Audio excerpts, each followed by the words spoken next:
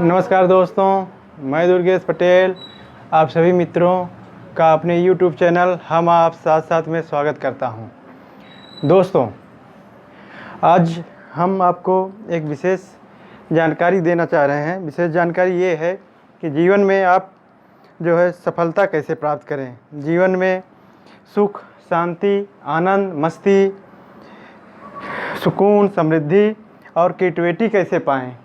इसके बारे में आज मैं आप सबको बताऊंगा कि अपने जीवन में सुख, शांति, समृद्धि और क्रिएटिविटी, यानी कि क्रिएटिविटी के मतलब कि आप समझ रहे होंगे सृजन, जीवन में सृजन कैसे करें, सफलता कैसे प्राप्त करें, आगे कैसे बढ़ें, शोहरत कैसे प्राप्त करें, इन सब बातों के बारे में आपको बताने जा रहा हूँ इस वीडियो के ज़रिए। सुनिएगा गौर से। देखिए, मानव जीवन में ये थैंक यू गॉड है, ईश्वर का धन्यवाद हमेशा देते रहिएगा। आप लोग जो भी ईश्वर को मानते हो, परमेश्वर को मानते हो, उसको हमेशा अपने हर एक कार्य के लिए धन्यवाद देते रहिएगा, क्योंकि वही सबसे बड़ी शक्ति है, वही सबसे बड़ा ताकत है। अपने हर एक छोटी बड़ी सफलता और असफलता जो है जो नहीं है सभी के लिए thank you God, thank you परमेश्वर, थैंक यू, धन्यवाद देते रहिएगा। तो मैं चर्चा कर रहा हूँ। कहा जाता है कि जैसी करनी वैसी भरनी, या बोया पेड़ बबूल का तो आम कहाँ से लगे, या एक और कहावत है, मन चंगा तो कटौती में गंगा। स्पष्ट हो गया होगा कि आज मैं आप सबको कर्म यानी मन और कर्म के बारे में बताने जा रहा हूँ। मन, मानव के जीवन के तीन सबसे प्रमुख पहलू, एक है शरीर तन, एक है बुद्धि और एक है मन। ये तीन मानव जीवन के सबसे महत्वपूर्ण तत्व हैं जिनसे मानव जीवन चलता है। अब आइए इसमें चर्चा करते हैं एक एक का। सबसे पहले हम शरीर के बारे में चर्चा करते हैं। शरीर क्या है? शरीर आप बाहरी रूप से देखते हैं जो मानव क्रियाकलाप करता है, जैसे हाथ से पैर से चलता है, हाथ से कार्य करता है, आँख से देख रहा है, बोल रहा है, ये सब शरीर के क्रियाकलाप हैं। शरीर किससे संबंधित सारे विचार जो है वो विज्ञान से संबंधित है। यानी कि विज्ञान जहाँ जितना विकसित हो जाए या विज्ञान जहाँ जितना आगे बढ़ जाए, ये शरीर से आगे कभी नहीं जा पाएगा। विज्ञान हो गया आपका, ये विज्ञान आपके क्या करता है, शरीर के रखरखाव, शरीर के सुरक्षा सुविधा से संबंधित, ऐशो आराम से संबंधित तरह तरह के क्या करता है, आविष्कार करता है। जितने भी आविष्कार हैं सभी मानव जीवन को सुख, समृद्धि, सुख और आनंद देने के लिए ही हैं। लेकिन क्या वास्तव में शरीर से सुख और समृद्धि मिलती है, इस पे बाद में चर्चा करेंगे। दूसरा है बुद्धि।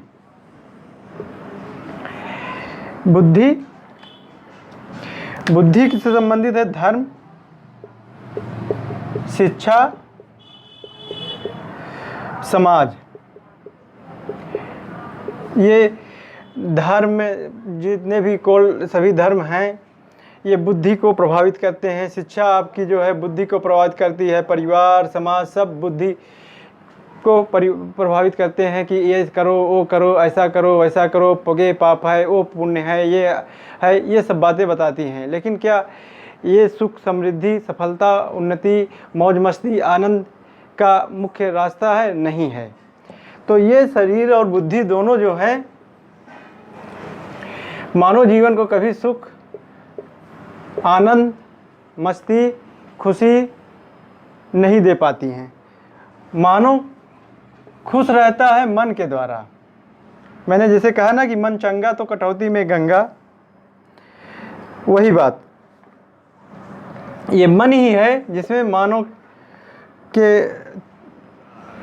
सभी भाव उत्पन्न होते हैं, जैसे ईर्ष्या हो गया, द्वेष हो गया, घृणा हो गया, और आपका क्रोध हो गया, प्रेम हो गया, दया हो गया, सहानुभूति हो गया, सुख दुख हो गया। सभी प्रकार की भावनाएं जो हैं वो मन में उत्पन्न होती हैं। तो आप लोग समझ गए होंगे मानव जीवन का सबसे महत्वपूर्ण तत्व मन है। तो मन को समृद्ध करने के लिए, मन को मजबूत करने के लिए, मन को विकसित करने की ज़रूरत है। हमने कहा ना कि ये धर्म, शिक्षा और समाज सब जो है बुद्धि के विकास के लिए, बुद्धि को दिशा देने के लिए, बुद्धि को कि ये करो, वो करो, ये सही है, वो गलत है, ये पाप है, ये पुण्य है के बारे में बताते हैं। लेकिन इससे कभी सुख समृद्धि या आनंद, मस्ती, क्रिएटिविटी आपके जीवन में नहीं आ सकती। मानव जीवन का सारा कर्ता धर्ता मन है। जब मन आदेश देता है तब शरीर क्रियाकलाप करता है। सारे क्रियाकलापों का आधार मन है। मन आदेश देता है तो शरीर अपने इंद्रियों के माध्यम से, जो पांचों इंद्रियां हैं, आँख, कान, नाक, मुंह, इनके माध्यम से कार्य करता है। तो सबसे ज़रूरी हो गया आपको जो है मन को विकसित करना है, मन को मजबूत बनाना है, मन के विकास के ऊपर ध्यान देना है। अब आइए आपको मन के बारे में बताएं। इससे पहले आपको ये बता दें कि मन है क्या।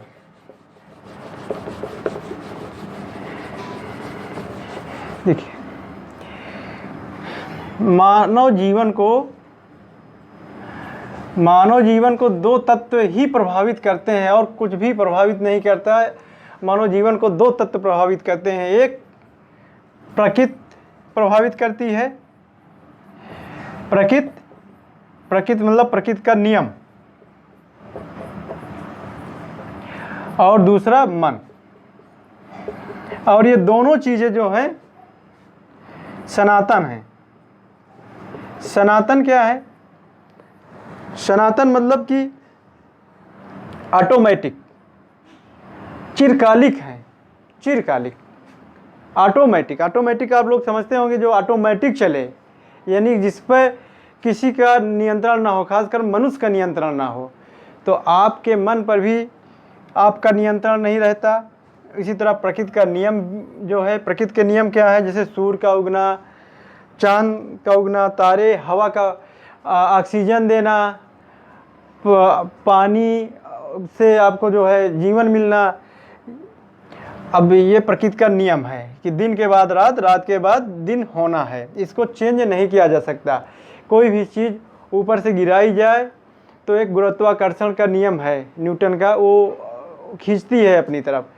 तो उस जब तक उससे अधिक बल, गुरुत्वाकर्षण का जो बल रहता है उससे अधिक बल नहीं उस पर किया जाए तब तक वो नीचे ही आएगी। जब उससे अधिक किया जाता है तब वो ऊपर जाती है। इसी से एरोप्लेन आप सब देखते हैं और सब जो है उड़ा जाता है। ये कि प्रकृति के नियम है जिसको न्यूटन ने समझा।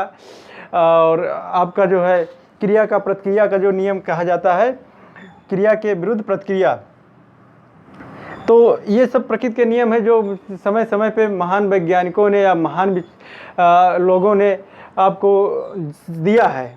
तो जैसे आपके ये हो गया प्रकृति का नियम सनातन है, ये भी सनातन है, ये भी सनातन है।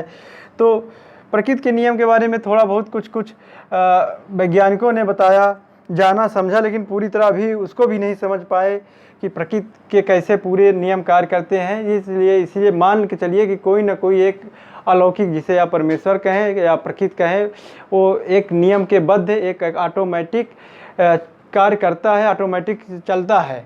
और उसी नियम के अनुसार जब मानव जीवन कार्य करने लगे तो मानव जीवन सुखमय हो जाता है, आनंदमय हो जाता है, खुशी से भर जाता है, प्रसन्नता से भर जाता है। जैसे अब देखिए, एक बच्चा पैदा होता है, क्या बच्चा प्रकृति के द्वारा भेजा जाता है, माँ के आपके 9 महीना उसको कोख में रखती है। जब बच्चा पैदा होता है फिर वो सब उसको ना तो उसका बुद्धि विकसित हुआ रहता है, ना उस पर किसी धर्म का, जाति का, ना समाज का, ना शिक्षा का कोई प्रभाव पड़ा रहता है। जैसे थोड़ा सा कैसे बस रोना, ये प्राकृतिक भाव है। रोना यानी अपना क्रोध प्रकट करना और प्रेम प्रकट करना, 2 ही भाव उसके अंदर होते हैं।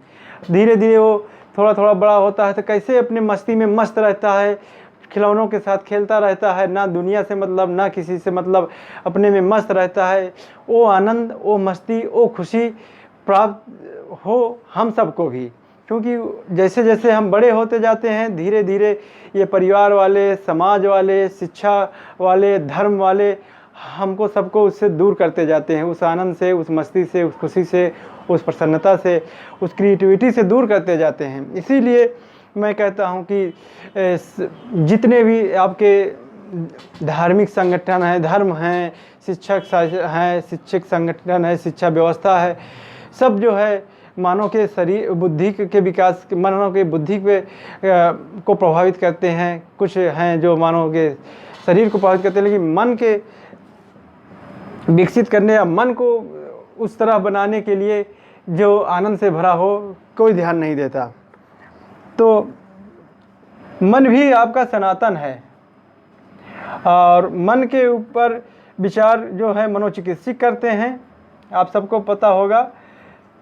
लेकिन मनोचिकित्सक से अगर आप मुलाकात करें, आपके अंदर कोई उद्देश्य हो, लगातार आप में द्वंद्व हो, कोई प्रकार का ऐसा बात हो, तो निश्चित आप मनोचिकित्सक से मिल के आप उसके बारे में चर्चा करेंगे तो आपको अच्छा सा हल निकालेगा। लेकिन ये ज़रूरी नहीं कि आप मनोचिकित्सक से ही मिले, आप अपने क्रियाकलापों द्वारा भी अपने मन को मजबूत कर सकते हैं, मन को अपने कुछ हद तक नियंत्रित कर सकते हैं। मन कई प्रकार के हैं, जिसके बारे में व्यापक जानकारी बाद में दूंगा, लेकिन अभी आप इतना जानिए कि मन को हम कैसे नियंत्रित करें, या मन पर हम कैसे अपना राज करें, या मन को हम कैसे अपने हिसाब से चलाएं। इसके लिए क्या करना है आपको? इसके लिए देखिए, मन, मैंने कहा ना कि ये अदृश्य है, ये परमात्मा, जिसे मैंने प्रकृति का नियम बताया, प्रकृति जो अलौकिक शक्ति है, अब जिसे परमेश्वर या परमात्मा कहिए, उसी का एक अंश है और चिरकालिक है। ये एक शरीर को छोड़कर दूसरे शरीर में प्रवेश करता रहता है, यानी कि जैसे मृत्यु होती है वो किसी नए जीवन में, नए शरीर में प्रवेश कर जाता है। इसलिए इस पर पुराने जीवन का भी मन पर प्रभाव रहता है। तो मन को जो है करने के लिए, मन को अपने हिसाब से या मन के हिसाब से चलने के लिए क्या करना है? मन के यानी कि हर पर मन को के हिसाब चलने, मतलब जैसे समय ही भी प्रकृति का ही एक है। कहा जाता है कि वक्त का हर शाह गुलाम। तो समय यानी कि वक्त, यानी कि एक पल, अपने हर एक पल का आनंद लीजिए, अपने हर एक पल में जिए, जो भी कार्य कीजिए उसको पूरे आनंद के साथ कीजिए, उसको पूरे मस्ती के साथ, जैसे एक बच्चा कार्य करता है पूरे मस्ती के साथ कीजिए, पूरे आनंद के साथ कीजिए, उसी में एकदम रम जाइए, उसको सर्वोत्तम ढंग से कीजिए। और जिस चीज़ में आपकी रुचि हो, जिसमें आपका मन लगे, जिसको करने में आपको आनंद मिले, जिसको आप करने में आपको मस्ती मिले, और जिसको करने में आपको ना थकान महसूस हो ना आपको ऊब लगे, वो काम कीजिए। वो रुचि का उस काम को अपना करियर बनाइए, उस कार्य में अपने आप को आगे ले जाइए, उस एक राह को पकड़ के चलते जाइए। फिर आपको मस्ती मिलेगी, आनंद मिलेगी, खुशी मिलेगी, सुख मिलेगी, समृद्धि मिलेगी, शोहरत मिलेगी, सफलता मिलेगी। और कुछ किताबें हैं, जैसे आपका कृष्ण जी का गीता है, इसीलिए कृष्ण को पूर्ण अवतार कहा जाता है, क्योंकि उनका पूरा का पूरा जीवन ही आनंद, मस्ती, खुशी, युद्ध, संघर्ष के बीता। और उनका जीवन वास्तव में अगर उसको देखें, समझें और महसूस करें तो वैसे ही जीवन जीना चाहिए। क्या नहीं किया उन्होंने जीवन में, सब कुछ किया और हमेशा सफलता प्राप्त की। तो आप गीता पढ़िए, बुद्ध को पढ़िए, महात्मा बुद्ध को पढ़िए, कबीर को पढ़िए, ये सब